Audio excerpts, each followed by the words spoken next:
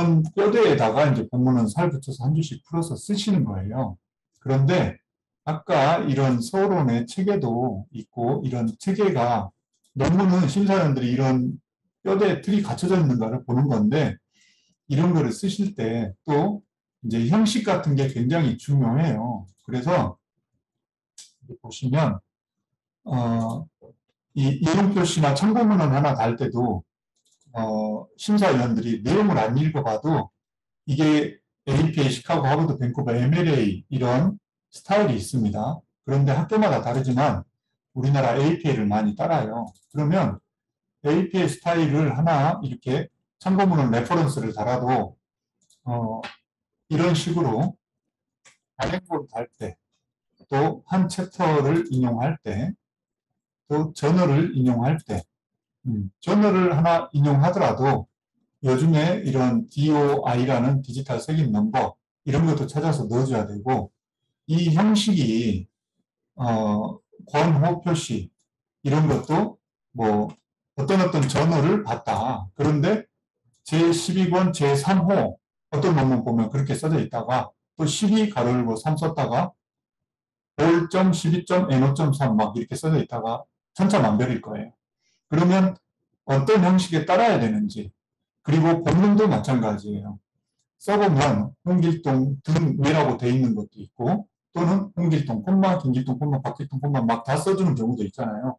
어떤 기준일 때 이렇게 달리 표현을 해야 되는지 우리는 이런 걸 모르고 쓰다 보니까 통과된 논문만 보고 쓰다 보니까 이런 형식에 맞게 써질 리가 없어요. 터득이 되는 게 아니에요. 그러니까 심사위원들한테 심사장에 가면 나는 학교 양식 샘플대로 정확하게 맞춰서 쓴 것 같은데 계속 이런 참고문헌이나 본문의 인용 표시가 형식에 안 맞다 계속 얘기해요, 교수님들이. 저도 석박사 할 때 그런 게 되게 의아했어요. 안 알려주니까. 무슨 형식이 안 맞는지 구체적으로 말씀을 해주셔야 되는데 그렇게 안 되다 보니까 이런 것들을 몰랐던 거죠. 그래서 APA, 시카고, 하버드, 밴쿠버 이런 스타일에 맞춰서 그리고 학위 논문 쓸 때 어디다 볼드하고 어떻게 쓰고 또 웹사이트 자료도 이런 형식이 왜 구체적인 스타일이 필요하고 형식이 중요하냐면 남들이 이걸 보고 찾기만 쉽고 알아먹기 쉬우면 될 텐데 형식이 뭐가 중요할까? 어떤 때는 점 하나만 잘못 찍어도 이거 막 지적을 해요.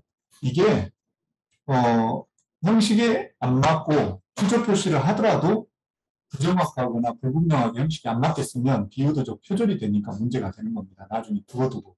심사장에서도 교수님들이 그런 거 다 체크해 줄 수 없어요. 우리가 표절이란 건 카피킬러 돌려서 몇 프로 미만 떨어진다 이런 의도적 표절이 아니라 도장을 받고 나중에 통과가 됐더라도 몇십 년이 지나도 이런 비의도적 표절, 불분명하거나 부정확한 거는 나중에 발목이 잡힐 수 있어요. 이를테면 인터넷 자료도 이렇게 찾아서 보는데 신뢰성 있는 자료만 보잖아요. 이런 보고서랄지 정부 발간물. 그런데 논문만 go.kr, co.kr 이렇게 쓰고 말아버린단 말이에요. 그러면 이게 불분명한 부정확한 추적 표시예요. 찾기가 어려워요. 이렇게 링크에서 눌렀을 때 바로 볼 수 있도록 세부 링크까지 표시해주고 또 홈페이지는 리뉴얼 될 수 있어요. 리뉴얼 될 수 있기 때문에 시간까지는 아니더라도 검색 일자라도 이렇게 표시를 해줘야 됩니다. 그게 안전합니다.